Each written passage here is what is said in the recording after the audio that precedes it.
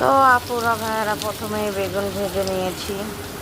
সকাল সকালই রান্না করে নিয়েছিলাম, কিন্তু সারাদিন এত শরীর খারাপ থাকবে তা তো জানি না।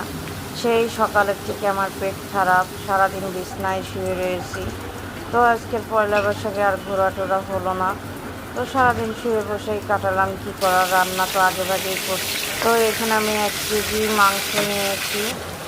তার জন্য আগে মশলা দিয়েছি আন্দাজ মতন, এলাচ, দারচিনি, গরম মশলা, 1 কাপ পেঁয়াজ নিয়েছি। সুন্দর করে মশলা কষাই নিয়ে মাংস দিয়ে কষাই নিয়ে এখন আমি একটু গরম পানি দিয়ে দিয়েছি।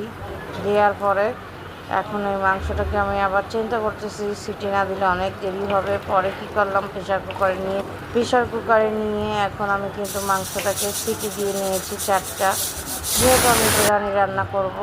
এখন এরকম মাংসটা নামাই ফেলেছি। নামানোর পরে আলু দিয়ে দিয়েছি, আমি আবার ঢেলে নিয়েছি ফ্রাই করে, তাহলে একটু বড় জায়গা না একটু চালাতে ভালো হবে। তারপরে এই যে ঢেকে দিয়ে সুন্দর করে মাংসটাকে কিন্তু কষায় নিয়ে পোলাও চাল নিয়েছি 1 কেজি, আধা ঘন্টা ভিজিয়ে রেখেছিলাম। চিনি 1.5 চামচ, চিনি 1 টেবিল চামচ। তারপরে এই যে তোমার হলো লবণ নিয়েছি।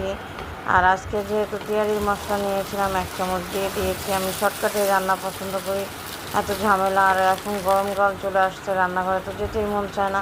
এখানে পাশে পানি ফুটে নিয়েছি। আমার অভ্যেস হয়ে গেছে রান্না করতে করতে। এখন আমি পানি আন্দাজ মতন দিলে হয়। তো 1 কেজি চালে 1.5 কেজি পানি দিলে হয়। আমি 1.5 কেজির থেকেও পানি কম দিয়েছি, যেহেতু ভিজাই রাখছিলাম। আমার বিরিয়ানির লোকটা দেখো, খেতেও যেমন টেস্ট, বিরিয়ানি কিন্তু হয়ে গেছে। ধন্যবাদ ভিডিওটা দেখার জন্য।